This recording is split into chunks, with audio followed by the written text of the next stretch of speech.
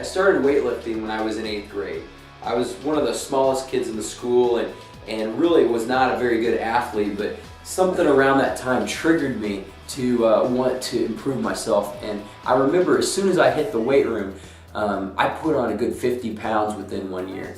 I weightlifted to be on the football team at the time, and you had to have 90% time that the weight room was open. 90% of the time you had to be in there just to make the team.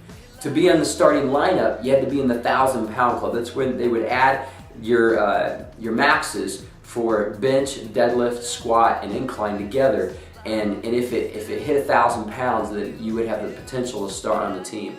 I remember being in different weightlifting competitions, and I wasn't the biggest guy there. I didn't lift the most weight, but I did typically win the most over body weight category. One guy might bench 450 pounds, but he might weigh 350 pounds. And there I was weighing 140 pounds and benching nearly 300. And that right there, put me in the winning category in that group. I weightlifted for boxing, I weightlifted for ice hockey, I weightlifted for track, and I weightlifted for football. There wasn't a season of the year that I wasn't weightlifting, and I loved it. Now, over the years, I did weightlift for different reasons. Sometimes it was to impress people or to excel better in a sport. Sometimes it was to set an example for others or to impact other people. Sometimes it was just to get stronger. Right now in my life, I do want to get stronger. I do want to hit goals, but I also want to feel confident, and I want my kids to see an example of somebody being healthy. I'm committed to my family, and I want to be around for them long term, and I believe being healthy is a way to extend my life and allow me to be there for them longer. But weightlifting is one of those things that requires commitment. It requires education. Man, I had to do a lot of reading on weightlifting. I still do. And there's some crazy books out there on weightlifting. In fact, I happen to have Arnold Schwarzenegger's Bible for Bodybuilding book. And that book is so big, it's like, that book in and of itself, Arnold could just curl and just get these huge biceps. It's weird. He calls it the Bible for bodybuilding. And it really is. Holy cow, that thing is like that big.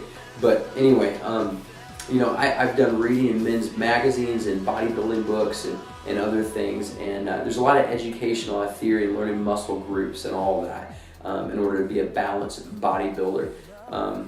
So there's education, there's commitment.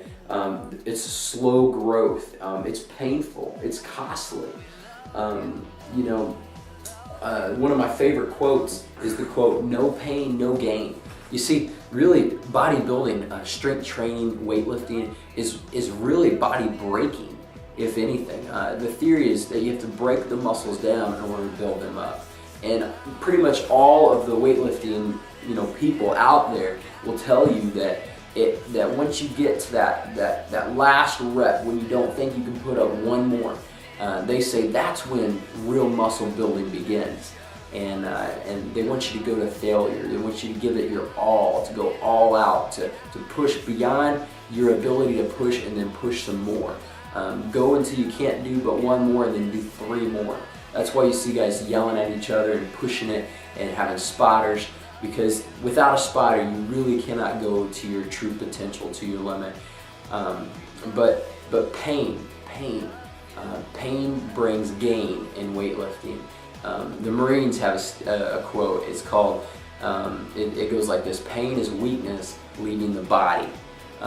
They believe the more pain that you cause the body, the stronger you become.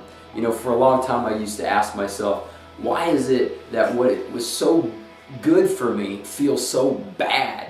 And the truth that's just the way it is in life a lot of times, and that's how it is with exercise.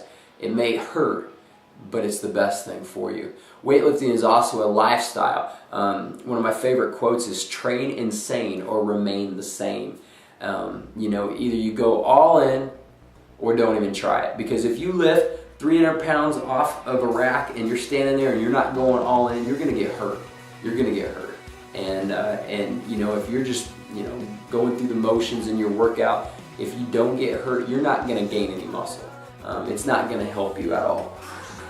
One of my favorite quotes, motivational quotes when it comes to weightlifting, describes the commitment level you have to be a true strength training bodybuilder, weightlifter. It says, if it's important to you, you'll find a way. If not, you'll find an excuse. You see, that's commitment right there.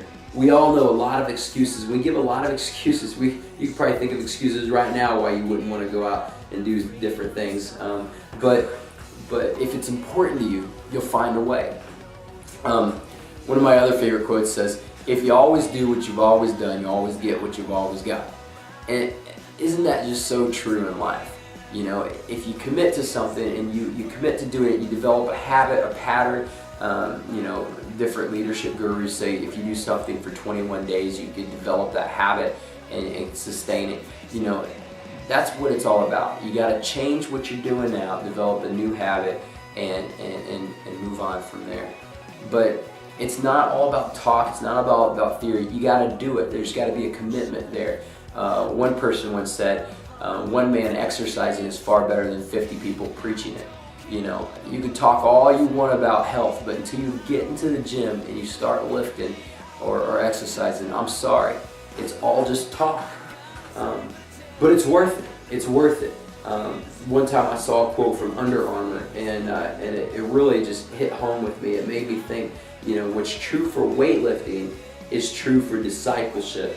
The quote went like this: "Don't give up, the best is yet to come." You see, that is why I do what I do in my relationship with Jesus. That's why I push on it. That keeps me going, because the best is yet to come. And I want to encourage all you Christians, listen to me. What's true for weightlifting is true for discipleship.